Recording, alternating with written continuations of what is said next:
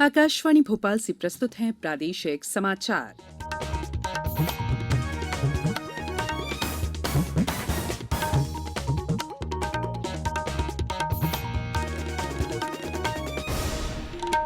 नमस्कार, समाचारों के साथ मैं संयुक्ता बैनर्जी। सबसे पहले इस बुलेटिन के मुख्य समाचार। प्रधानमंत्री आज स्मार्ट सिटी हैकथॉन के समापन समारोह को करेंगे संबोधित। श्रम मंत्रियों के सम्मेलन में भी लेंगे हिस्सा। प्रदेश में बाढ़ से निपटने के लिए राहत और बचाव कार्य युद्ध स्तर पर जारी। मुख्यमंत्री ने देखा मुरैना और विदिशा सहित कई क्षेत्रों का हाल।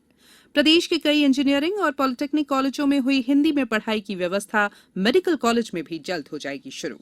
और सूचना और प्रसारण मंत्री अनुराग ठाकुर ने ऑनलाइन मोबाइल गेम्स की श्रृंखला आजादी क्वेस्ट का किया शुभारंभ। अब समाचार विस्तार से।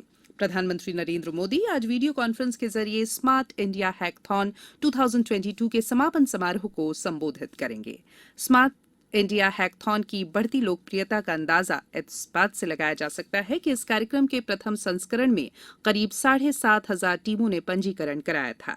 ये संख्या 5वें संस्करण में बढ़कर करीब 29,600 हो गई है। समापन कार्यक्रम के दौरान 2,900 से अधिक स्कूलों और 2,200 से अधिक उच्च शिक्षा संस्थानों के विद्यार्थी 53 केंद्रीय मंत्रालयों से प्राप्त 476 कंप्यूटर संबंधी मुद्दों का समाधान करेंगे। इनमें देवनागरी लिपि में टेम्पल इंस्क्रिप्शन और ट्रांसलेशन, खराब होने वाली खाद्य वस्तुओं के लिए शीत आपूर्ति श्रृंखला पर निगरानी में सक्षम इंटरनेट प्रणाली, आपदाग्रस्त क्षेत्रों में भूभाग, बुनियादी ढांचा और सड़कों की स्थिति के बारे में हाई रेजोल्यूशन 3D मॉडल जैसे मुद्दे शामिल हैं। प्रधानमंत्री नरेंद्र मोदी आज सभी राज्यों और केंद्र शासित प्रदेशों के श्रम मंत्रियों के राष्ट्रीय सम्मेलन को वीडियो कॉन्फ्रेंस के माध्यम से संबोधित करेंगे। प्रदेश में अधिकतर स्थानों पर बारिश का दौर थमने से बाढ़ की स्थिति में निरंतर सुधार हो रहा है। वहीं सरकार की टीमें राहत और बचाव कार्यों में जुटी हुई है। मुख्यमंत्री शिवराज सिंह चौहान ने कल मुरैना पहुंचकर चंबल के बाढ़ प्रभावित लोगों से मुलाकात कर स्थिति की जानकारी ली। उन्होंने अधिकारियों के साथ बाढ़ की स्थिति की समीक्षा भी की। चंबल में आई बाढ़ से मुरैना के 2 सैकड़ा गांव प्रभावित हुए हैं। कोटा बैराज से लगातार 5 लाख क्यूसेक पानी छोड़ा जा रहा है। इससे चंबल नदी का जलस्तर खतरे के निशान से 8 मीटर ऊपर पहुंच गया है। मुख्यमंत्री ने सागर जिले के आगासोद में भी बाढ़ पीड़ित किसानों से मुलाकात की। श्री चौहान ने कहा कि जैसे ही बाढ़ का पानी उतरेगा वैसे ही नुकसान का सर्वे करवाया जाएगा। मुख्यमंत्री ने विदिशा नगर में बाढ़ प्रभावित जतरापुरा क्षेत्र में करीब 250 घरों की बस्ती में पहुंचकर लोगों को ढांढस बंधाया।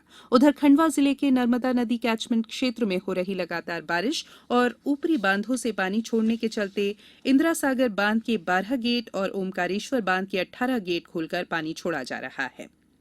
उच्च शिक्षा मंत्री और राजगढ़ जिला प्रभारी मंत्री डॉक्टर मोहन यादव ने कहा कि बाढ़ से राजगढ़ जिले में आपदा के कारण नागरिक प्रभावित हुए हैं।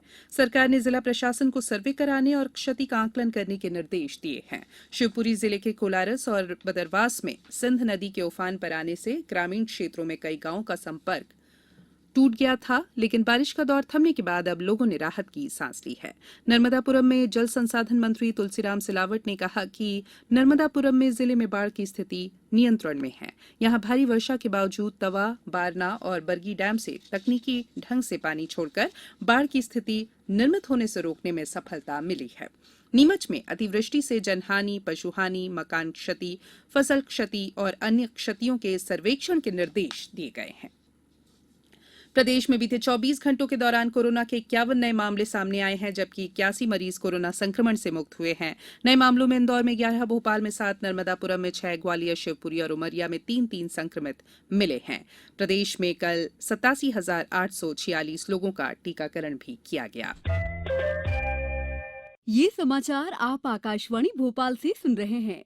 हमारे समाचारों को आप कभी भी और कहीं भी अपनी सुविधा के अनुसार सुन सकते हैं। ये समाचार बुलेटिन YouTube, ट्विटर और फेसबुक पर AIR न्यूज भोपाल पेज पर सुने जा सकते हैं। इसके अलावा आप हमारी वेबसाइट newsonair.nic.in पर या AIR न्यूज ऐप पर भी ये समाचार सुन सकते हैं।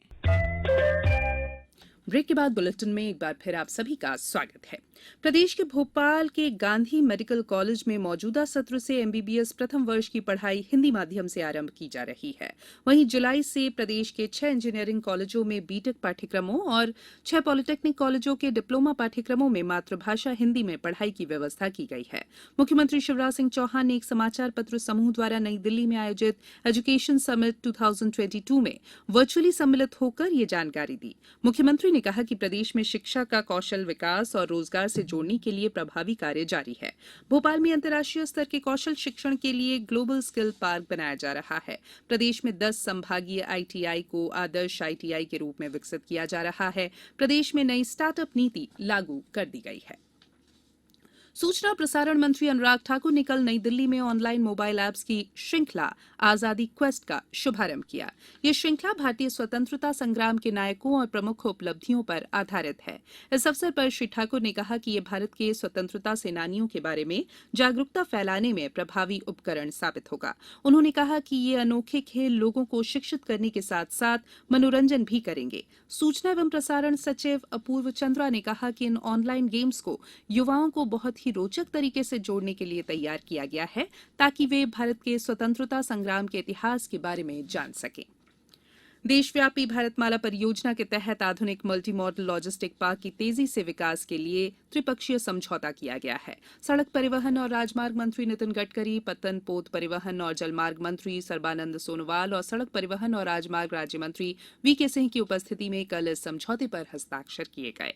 इसका उद्देश्य माल ढुलाई को केंद्रीकृत करना और अंतर्राष्ट्रीय मानकों के अनुरूप लॉजिस्टिक लागत को सकल घरेलू उत्पाद के 14% से घटाकर 10% से कम करना है। इलेक्ट्रॉनिक पासपोर्ट की अगले 6 महीने में शुरुआत हो जाएगी। विदेश सचिव डॉक्टर औसाफ सईद ने कल हैदराबाद में कहा कि पासपोर्ट बुक में एक ई चिप और कुछ अन्य विशेषताएं शामिल की जाएंगी। उन्होंने कहा कि ये विशेषताएं भारतीय पासपोर्ट की सुरक्षा में सुधार और मशीन रीडिंग को सक्षम बनाएगी। नई दिल्ली के लिए नई त्रि-साप्ताहिक ट्रेन कल इंदौर से 427 यात्रियों को लेकर रवाना हुई। सांसद शंकर लालवानी ने हरी झंडी दिखाकर इस ट्रेन को रवाना किया। इंदौर से ये ट्रेन प्रत्येक बुधवार, शुक्रवार और रविवार को चलेगी, जबकि नई दिल्ली से प्रति गुरुवार, शनिवार और सोमवार को वापसी के लिए रवाना होगी। मत्स्य पालन, पशुपालन और डेयरी मंत्रालय ने राष्ट्रीय पुरस्कार पोर्टल के माध्यम से गोपाल रत्न पुरस्कार 2022 के लिए ऑनलाइन आवेदन आमंत्रित किए हैं। आवेदन जमा करने की आखिरी तारीख 15 सितंबर है। ये पुरस्कार 26 नवंबर को राष्ट्रीय दुग्ध दिवस के अवसर पर प्रदान किए जाएंगे। भारतीय क्रिकेट कंट्रोल बोर्ड बीसीसीआई ने वीवीएस लक्ष्मण को संयुक्त अरब अमारात में खेले जाने वाले आगामी एशिया कप 2022 के लिए टीम इंडिया के अंतरिम मुख्य कोच के रूप में नामित किया है। रोहित शर्मा की अगुवाई वाली भारतीय टीम रविवार को टूर्नामेंट का अपना पहला मैच चिर प्रतिद्वंदी पाकिस्तान के साथ खेलेगी। गौरतलब है कि लक्ष्मण हाल ही में अपने भारतीय टीम के साथ जिम्बाब्वे दौरे पर गए थे। वो राहुल द्रविड़ की जगह लेंगे, जो कोविड से फिलहाल संक्रमित हो गए हैं। अब कुछ समाचार संक्षेप में। सतना में सड़क सुरक्षा जागरूकता सप्ताह कार्यक्रम के अंतर्गत छात्रों के साथ यातायात जागरूकता वॉकथॉन रैली का आयोजन किया गया। धार कृषि विज्ञान केंद्र में पदस्थ कृषि वैज्ञानिक डॉक्टर जीएस गाठिया को बेस्ट कृषि विस्तार वैज्ञानिक अवार्ड से सम्मानित किया गया है। नीमच जिले के नगर परिषद जीरन में आज मुख्यमंत्री उद्यम क्रांति योजना के अंतर्गत 1 दिवसीय शिविर का आयोजन किया जाएगा।